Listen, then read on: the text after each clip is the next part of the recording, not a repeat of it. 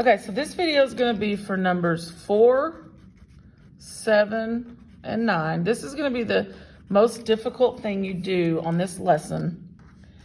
But they give you a function, and these are in the old standard form for a quadratic. And what you have to do several things on this problem. That's why these are the more difficult ones.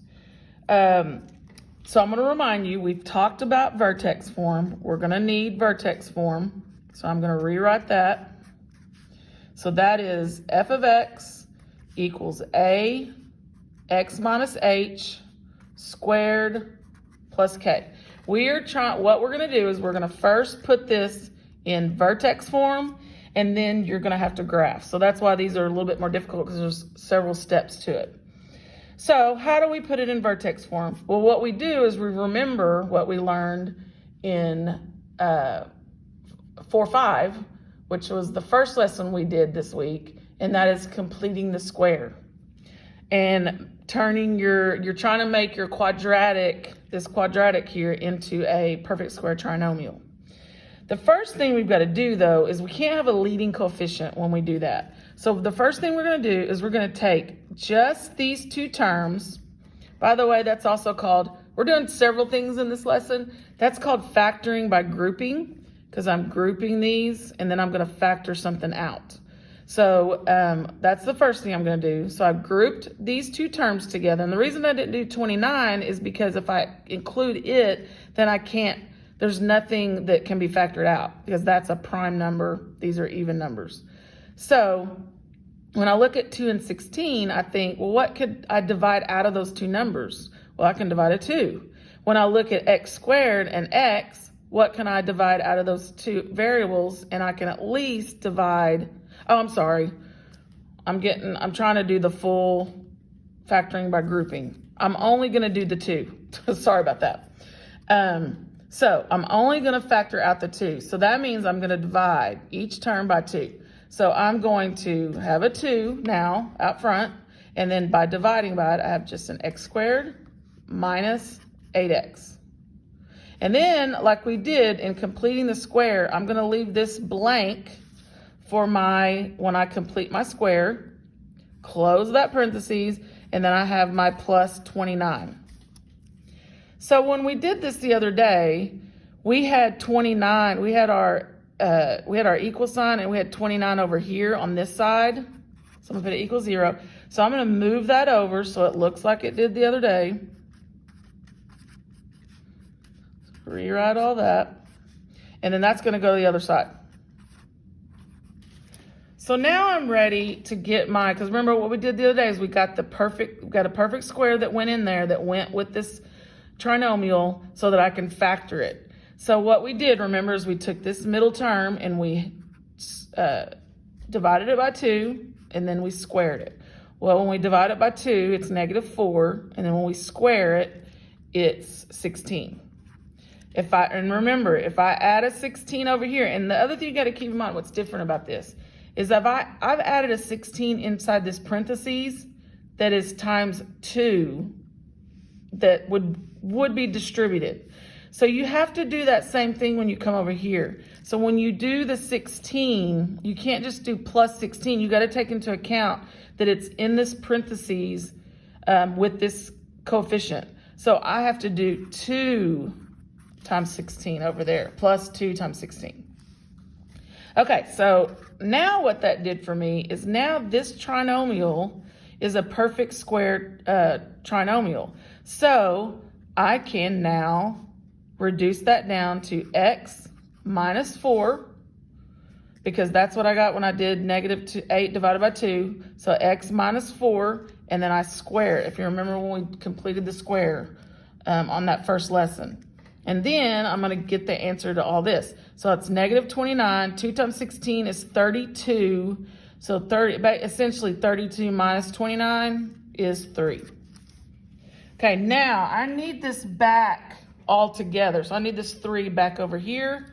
So now, and I'm going to put my function notation back that I had at the very beginning. And now I'm going to do x minus 4 squared, and then bring my 3 back in, minus 3. This is in vertex form once you get that done. Once it looks like this, it's in vertex form. On this problem on the Alex, that's the first thing you're going to put in is this vertex form. You're going to put in the numbers that are missing. The next thing you're going to do is it wants you to give the vertex. Well, if you remember, we talked about vertex in the vertex form, and it's the H and the K. And just remember that if it's minus H in the original, so when you bring it out, it's just H. So it's the opposite. So that's what you always remember. When I do the vertex, it's -4 here. So when I bring it out, it's 4. And then that one is -3. So this is the vertex. And again, there's a place that they want you to put those in. And then the last thing you're going to do is you're going to graph this. So you're going to take this new vertex form, and they want you to do it the way they always want you to do it. They want you to do the 5 points on the graph. So we're going to do vertex in the middle. And so remember, when you do this, you've got to do 2 numbers below, so 3 and 2, 2 numbers above, 5 and 6. And so now we go about putting these in, getting these Y's. So I'm going to do the 2 and the 3 because they're smaller. So I'm going to go back to this form right here, and I'm going to put 2. Whoops, I keep wanting to put that parentheses.